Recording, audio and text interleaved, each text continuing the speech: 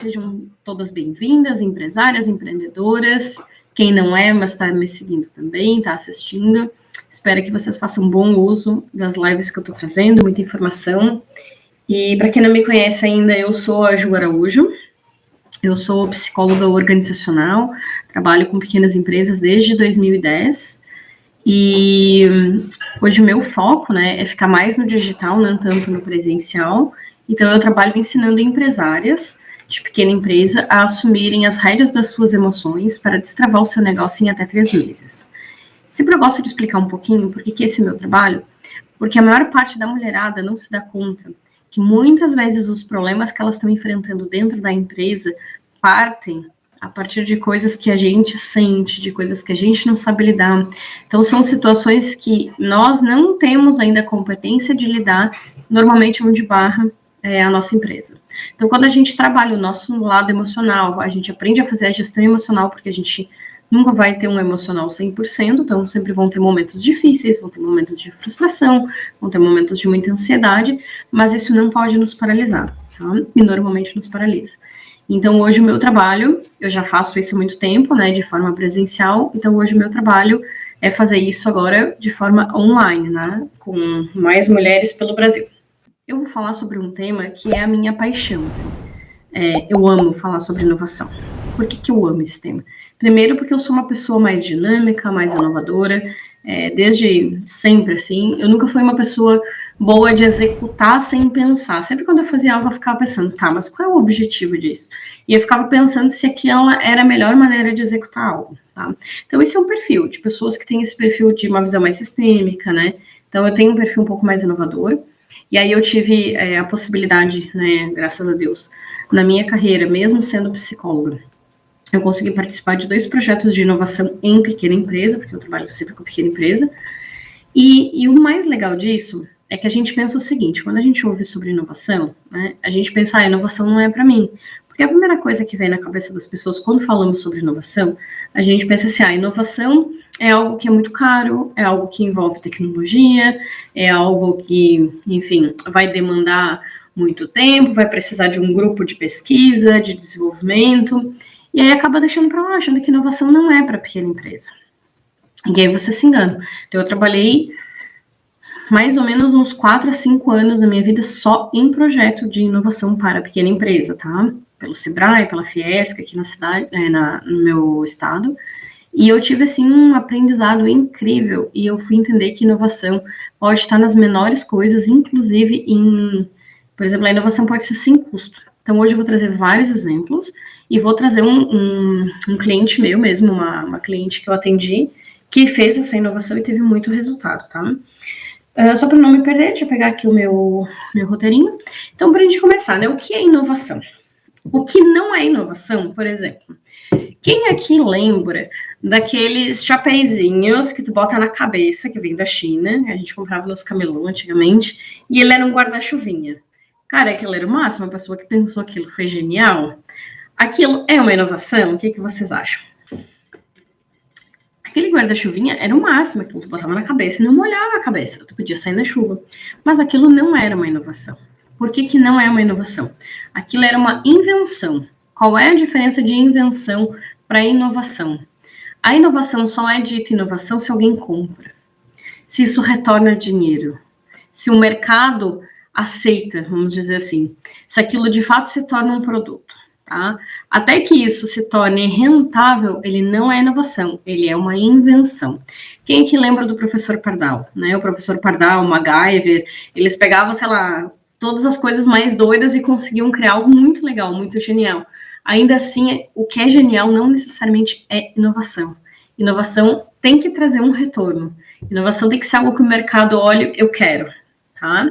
Isso pensando em termos, pensando em conceitos mesmo, Então, inovação é algo que o mercado precisa aderir. Se o mercado adere, ele paga. Então, a gente precisa entender isso, que se eu inovo na minha empresa, inovo, não invento, mas eu inovo, a tendência é que eu ganhe dinheiro com isso. E aí vocês vão pensar assim, Ju, beleza, tu tá falando isso, ok, tá, entendi, mas eu não sei lançar produto novo. Eu não sou uma pessoa genial que vou criar uma coisa muito diferente.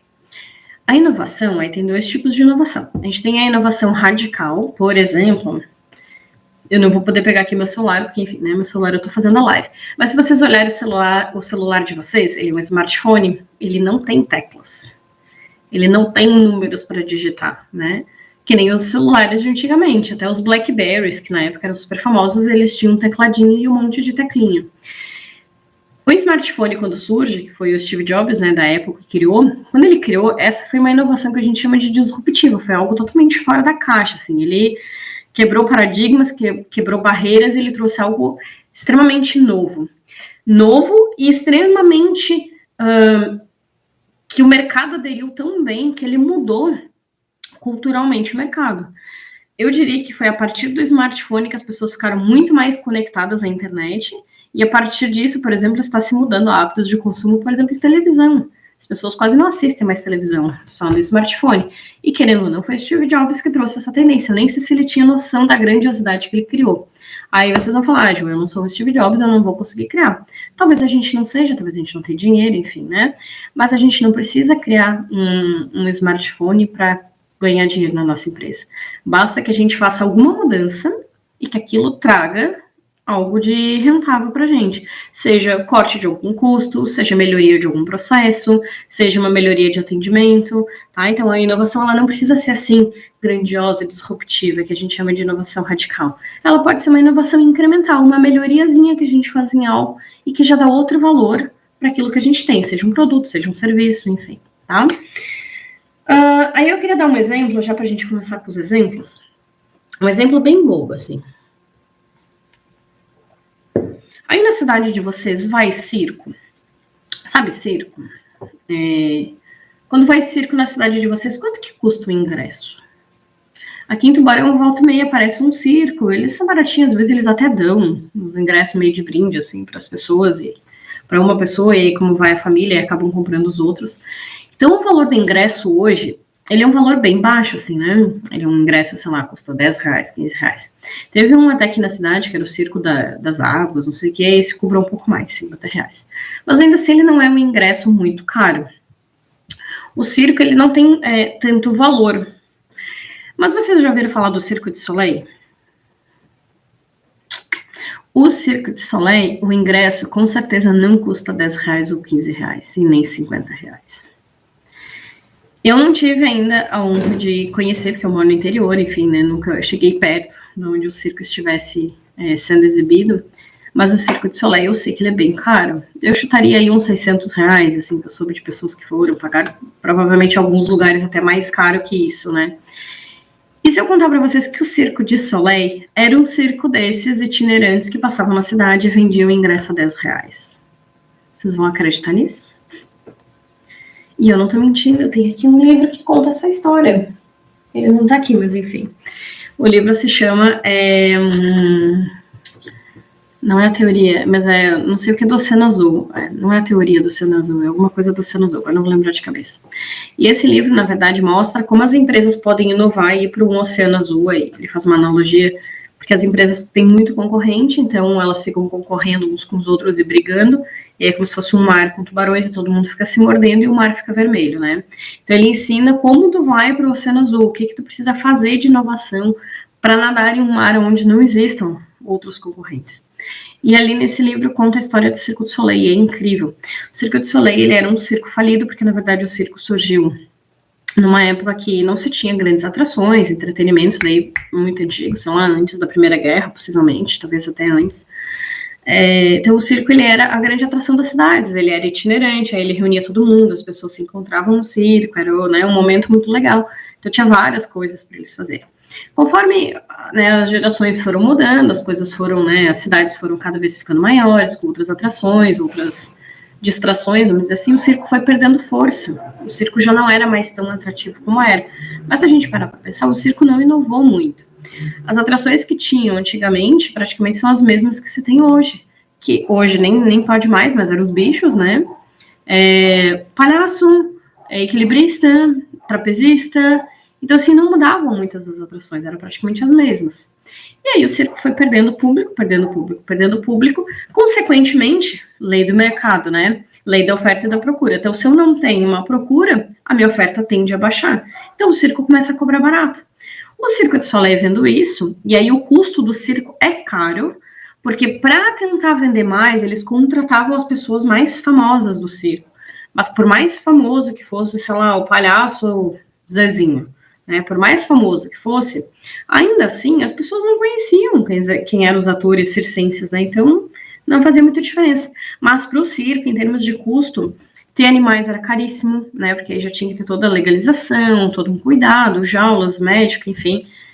Tinha que pagar caro, porque são muitas pessoas envolvidas, tinha que estar trazendo muita coisa assim diferente. Então acabava que o custo era muito caro, mas o valor de venda era muito pequeno.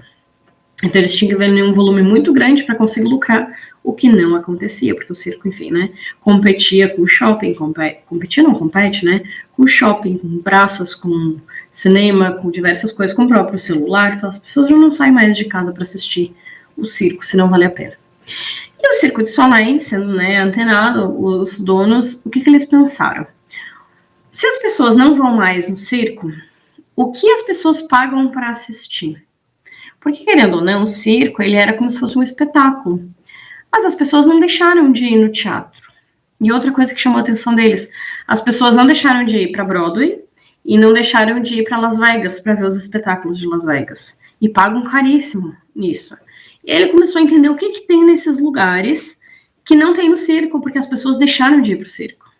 E aí eles foram entendendo. Uma das coisas que chamou a atenção é que o circo tinha um tema. Ele tinha um tema com uma história e ele contava aquela história do início ao fim com as atrações. As atrações eram, na verdade, elementos que exemplificavam a história, como se fosse um filme, como se fosse uma novela. E eles começaram a inovar nisso. Resumo da ópera, tá? Eles tiraram os atores famosos do circo, os caros, eles começaram a criar temas, tanto que tem espetáculos do Circo du Soleil que, se eu for, daqui a pouco, se ele vier na minha cidade, eu posso ir de novo, porque já é outro espetáculo, outras coisas, mesmo que ainda seja trapezista, mesmo que seja equilibrista, mas é de uma forma completamente diferente. Então, eles começaram a inovar de uma maneira que as pessoas tiverem interesse de ir assistir pelo espetáculo e não pelo circo. Então, o Circo du Soleil, que era um circo simples, normal, de cidade, que custava R$10, ele aumentou o ticket dele de R$10 para 1.000, possivelmente, 600 a 1.000. Como que ele fez isso? Inovando.